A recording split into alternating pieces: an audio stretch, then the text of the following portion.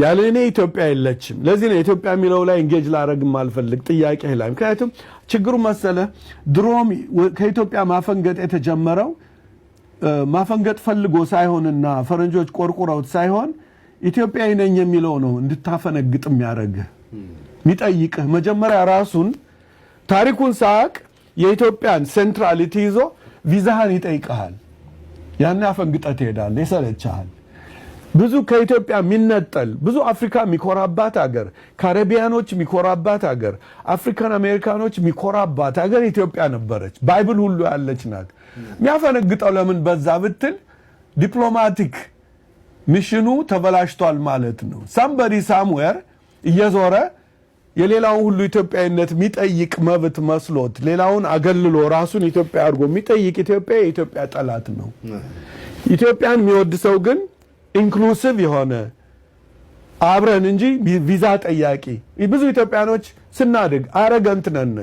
ይሄ ወጣቱ የኔ ትውልድ እንኳን ናሽናል ኩዌስችን ምናምን ሲል ሁሉ ፓስፖርት ሰጭ ሆኖና የመገንጠል መብት ሰጭ ሆኖ ነው ራሱን ያየ እንጂ ኢትዮጵያዊነትን አንድ ላይ አላየም እና ኤርትራም ሆነ ምንም ሆነ አንድ ላይ የኖረ ህዝብ የሰለቸው ምን ለወደፊትም ብዙ ሚሰላቻቸው ወጣሉ እቺ መሐሉን ይዞ እኔ እኮ ኢትዮጵያዊ ነኝ ብሎ አንተን የሚያሰቃይህ ነው ችግሩ እንጂ ኢትዮጵያዊነትን ዓለም የሚመኛት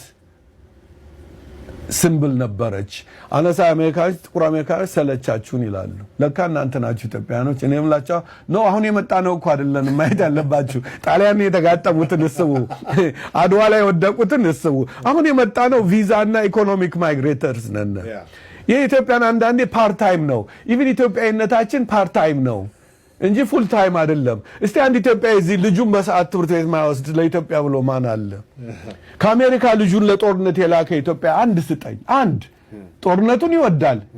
ኤርትራና ኢትዮጵያ ገጠመች ስለ ሲከራከር ይውላል በዚህም ሳይዱ ነው ልጁን ግን ዚንቁላል ያበላ በጉልበት አልነሳል ትምህርት ቤት አልሄድም ብሎት በጉልበት እየቀሰቀሰ መኪና ላይ ግድንግድ ሚሃል ልጅውን ተሸክሞ አባቴ ያላለ እንዳንቀልባ ነው የቀረው ተሸክሞ መኪና ግብቶ ተማርልኝ የለፋን ኪሳችን ቂታችን ሁሉ ተቀዶ በቁምጣ የተማርነውን ኢትዮጵያ ማያስታውሰን ልጁን አይልካትም